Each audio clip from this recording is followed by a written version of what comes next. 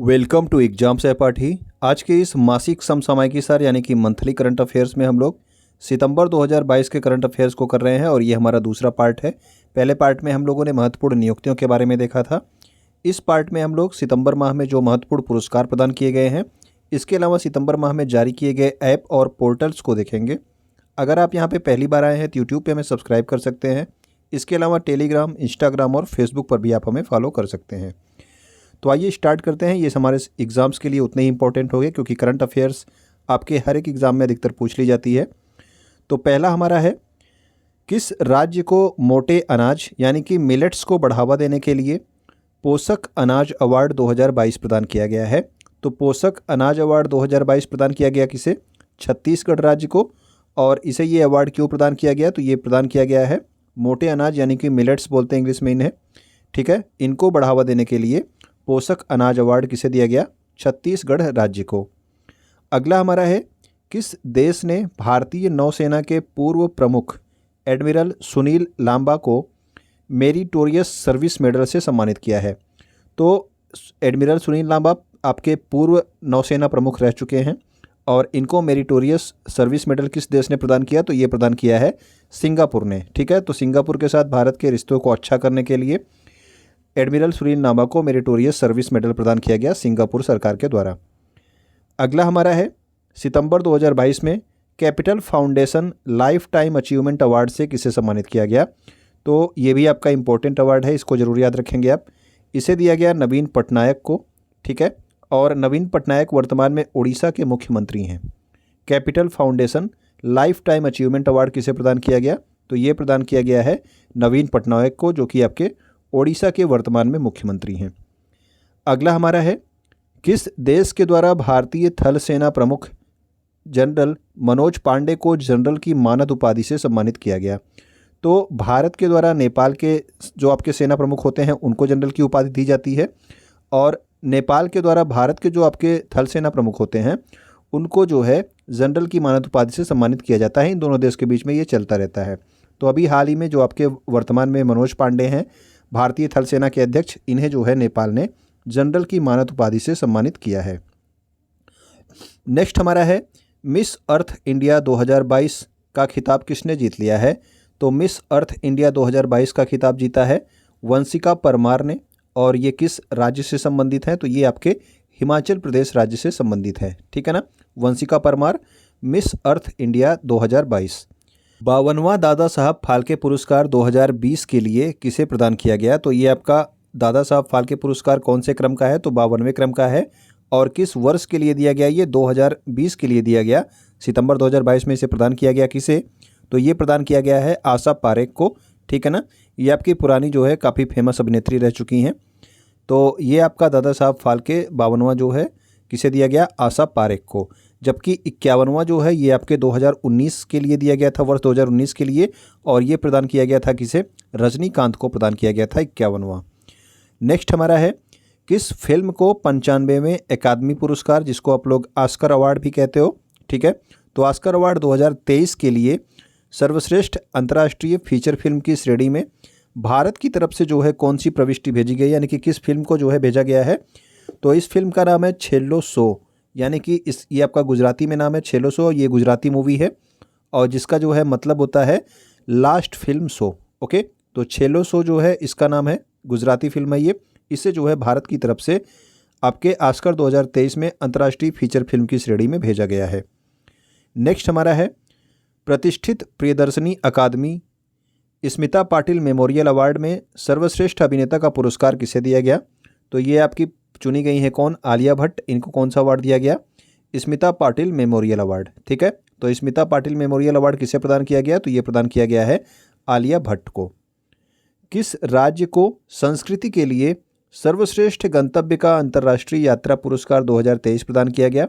तो संस्कृति के लिए ये आपको पता कर रहना चाहिए कि किस चीज़ के लिए दिया गया। तो संस्कृति के लिए आपका सर्वश्रेष्ठ गंतव्य का अंतर्राष्ट्रीय यात्रा पुरस्कार 2023 ये प्रदान किया जाएगा किसे? तो ये किया जाएगा आपके पश्चिम बंगाल को, ठीक है ना। इसकी घोषणा की गई है। और ये अवार्ड कहाँ पे दिए जाएंगे? तो ये अवार्ड जर्मनी में दिए जाएंगे, ठीक है। जर्मनी के द्वारा इसे प्रदान किया जाएगा पश्चिम बंगाल को संस्कृति के लिए सर्वश्रेष्ठ गंतव्य का अंतर्राष्ट्रीय यात्रा पुरस्कार। नेक्स्ट हमारा है सितंबर 2022 में किस भारतीय को फ्रांस के सर्वोच्च नागरिक पुरस्कार Knight of the Legion of Honour से सम्मानित किया गया।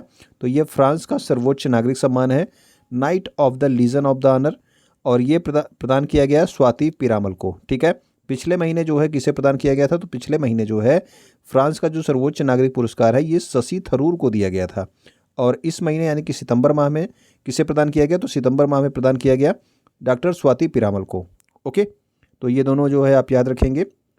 नेक्स्ट हमारा है किस देश ने UN inter agency task force और प्राथमिक स्वास्थ्य देखभाल पर WHO स्पेशल प्रोग्राम पुरस्कार 2022 जीता है। तो WHO यानी कि विश्व स्वास्थ्य संगठन का स्पेशल प्रोग्राम पुरस्कार 2022 किसने जीता? ये जीता है भारत ने।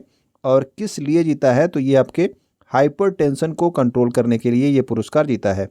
तो हाइपरटेंशन जो रोग होता है उसको कंट्रोल करने के लिए भारत ने जीता है विश्व स्वास्थ्य संगठन का स्पेशल प्रोग्राम पुरस्कार 2022। ओके, नेक्स्ट हमारा है हाल ही में किस भारतीय लेखिका को हरमन कैस्टन पुरस्कार 2022 दिए जाने की घोषणा की गई है? तो मीना कंडा स्वामी को ये पुरस्कार प्रदान किया गया। कौन सा पुरस्कार है ये? हरमन कैस्टन पुरस्कार 2022, और ये क्या है? एक भारतीय लेखिका है मीना कंडा स्वामी। आवर ग्रेट नेशनल पार्क्स इस डॉक्यूमेंट्री में आवाज़ देने के लिए सर्वश्रेष्ठ नरेटर का एमी अवार्ड किसे प्रदान किया गया? तो एमी अवार्ड प्रदान किया गया किसे? तो ये प्रदान किया गया है बराक ओबामा को। ठीक है ना, टेलीविज़न से संबंधित अवार्ड होता है आपका एमी अवार्ड, और ये किससे दिया गया? तो ये दिया गया है बराक ओबामा को। इन्होंने एक डॉक्यूमेंट्री में आवाज़ दी थी। कौन सी डॉक्यूमेंट्री में? आवर ग्रेट नेशनल पार्क्स में। नेक्स्ट हमारा है हाल ही में किसने पहला क्वीन एलिजाबेथ द्वितीय पुरस्कार जीता है? तो अभी क्वीन एलिजाबेथ द्वितीय की जो है मृत्यु हो गई है, और इन्हीं की याद में एक पुरस्कार स्टार्ट किया गया है। पहली बार इससे स्टार्ट किया गया क्वीन एलिजाबेथ द्वितीय पुरस्कार, और ये पहला ही पुरस्कार किससे दिया गया? तो ये दिया गया है सुवेला ब्रेवरमैन को। और सुवेला ब्रेवरमैन जो है क्या है? तो ये इंग्लैंड की वर्तमान में गृह मंत्री हैं। ठीक है ना। नेक्स्ट हमारा है राष्ट्रीय लता मंगेशकर अवार्ड। तो ये आपका दूसरा अवार्ड है। ठीक है, एक आपका लता दीनानाथ मंगेशकर अवार्ड जो अभी स्टार्ट किया गया इस वर्ष, और वो किसे दिया गया था? वो दिया गया था प्रधानमंत्री नरेंद्र मोदी को। लेकिन ये आपका राष्ट्रीय लता मंगेशकर अवार्ड है। वो कौन सा अवार्ड था? वो था लता दीनानाथ मंगेशकर अवार्ड। ठीक है ना, ये आपका राष्ट्रीय लता मंगेशकर अवार्ड आपके 2019 के लिए प्रदान किया गया, 2020 के लिए और 2021 के लिए। तो 2019 के लिए इसे शैलेंद्र सिंह को दिया गया, और ये आपके सिंगर हैं। इसके अलावा 2020 के लिए आनंद मिलिंद को दिया गया जो कि एक संगीतकार हैं। और 2021 के लिए, 2021 वाला आप याद रखना, ये किसे प्रदान किया गया? तो ये प्रदान किया गया है कुमार सानू को। ठीक है, तो ये हमारे महत्वपूर्ण पुरस्कार थे। अब हम लोग देखेंगे क्या? हम लोग देखेंगे महत्वपूर्ण ऐप और पोर्टल्स जो आपके सितंबर माह में प्रारंभ किए गए हैं। ओके, तो आइए स्टार्ट करते हैं इसे। कर्मचारियों और छात्रों की समस्याओं का निदान एक ही जगह पर करने के लिए ई समाधान पोर्टल स्टार्ट किया गया। किस संस्था के द्वारा? तो ये स्टार्ट किया गया है विश्वविद्यालय अनुदान आयोग यानी कि यूजीसी के द्वारा। ठीक है, यूनिवर्सिटी ग्रांट कमीशन यूजीसी संस्था के द्वारा जो है ई समाधान पोर्टल स्टार्ट किया गया। अगर आपसे पूछ लिया जाए कि यूजीसी के वर्तमान में अध्यक्ष कौन है, तो आप लोग कमेंट करके ज़रूर बताएंगे कि यूजीसी के वर्तमान में अध्यक्ष कौन है। और इसका उद्देश्य क्या होगा ई समाधान पोर्टल का? तो जो आपके कर्मचारी हैं और जो छात्र हैं आपके यूनिवर्सिटी ग्रांट कमीशन में, इनकी जो समस्याएं हैं उनका निदान एक ही जगह पर करने के लिए ई समाधान पोर्टल प्रारंभ किया गया है। नेक्स्ट हमारा है टीबी की समय पर जांच करने के लिए राष्ट्रपति द्रौपदी मुर्मू के द्वारा किस पोर्टल का उद्घाटन किया गया? तो टीबी जो है एक जीवाणु जनित रोग है, इसकी समय पर जांच करने के लिए निक्षय पोर्टल 2.0 का प्रारंभ किया गया। किसके द्वारा? सितंबर माह में। तो ये किया गया राष्ट्रपति द्रौपदी मुर्मू के द्वारा। ठीक है, निक्षय पोर्टल किसके लिए है? तो ये आपके टीबी की समय पर जांच करने के लिए है, और इसका उद्घाटन किया है राष्ट्रपति द्रौपदी मुर्मू ने। बच्चों की समस्याओं का निपटारा करने के लिए ई बाल निदान पोर्टल किसके द्वारा प्रारंभ किया गया? तो ये स्टार्ट किया गया है राष्ट्रीय महिला आयोग के द्वारा। ठीक है, तो राष्ट्रीय महिला आयोग के द्वारा प्रारंभ किया गया है ई बाल निदान पोर्टल, और इसका उद्देश्य क्या है? बच्चों की समस्याओं का निपटारा करना। ठीक है ना, तो ई बाल निदान पोर्टल किससे संबंधित है? तो ये आपके राष्ट्रीय महिला आयोग से संबंधित है। फिलहाल बच्चों से संबंधित है, लेकिन राष्ट्रीय महिला आयोग ने इसको जो है प्रारंभ किया है। राज्य की जनता की समस्याओं का समाधान करने के लिए, ठीक है, यानी कि राज्य की जो जनता है उनकी जो समस्याएं हैं उनका समाधान करने के लिए किस राज्य ने सीएम द हैसी वेब पोर्टल लॉन्च किया है? तो सीएम द हैसी वेब पोर्टल लॉन्च किया गया है मणिपुर सरकार के द्वारा, ठीक है। मणिपुर के वर्तमान में आपके मुख्यमंत्री कौन है, ये आप लोग कमेंट करके ज़रूर बताइएगा, ठीक है। तो यहाँ के यानी कि मणिपुर के जो है मुख्यमंत्री ने स्टार्ट किया है सीएम द हैसी वेब पोर्टल, राज्य की जनता की समस्याओं का समाधान करने के लिए। नेक्स्ट हमारा है केंद्रीय मंत्री धर्मेंद्र प्रधान द्वारा चमड़ा उद्योग में कार्यरत कर्मचारियों के कौशल विकास के मूल्यांकन के लिए, ठीक है, जो आपके चमड़ा उद्योग में कर्मचारी कार्यरत हैं उनका कौशल विकास किस तरह का है उनका मूल्यांकन करने के लिए कौन सा ऐप प्रारंभ किया गया है? तो ये है आपका स्केल ऐप, ठीक है ना। स्केल का मतलब क्या होता है? स्केल का मतलब ही होता है मापना। तो आप ये समझ लीजिए कि जो आपके चमड़ा उद्योग में कर्मचारी हैं, ठीक है, उनका कौशल विकास कितना है उसका मूल्यांकन करने के लिए स्केल ऐप प्रारंभ किया गया। किसके द्वारा? धर्मेंद्र प्रधान के द्वारा। ओके, तो स्केल ऐप चमड़ा उद्योग से संबंधित है और कर्मचारियों के कौशल विकास का मूल्यांकन करने से संबंधित है। नेक्स्ट हमारा है कुएं के जल स्तर को चेक करने तथा ग्रामीणों को रोजगार उपलब्ध कराने के लिए ग्रामीण विकास मंत्रालय द्वारा कौन सा ऐप लॉन्च किया गया? तो ये है जल दूत ऐप, ठीक है ना। किसने लॉन्च किया है? तो ग्रामीण विकास मंत्रालय ने लॉन्च किया है जल दूत ऐप।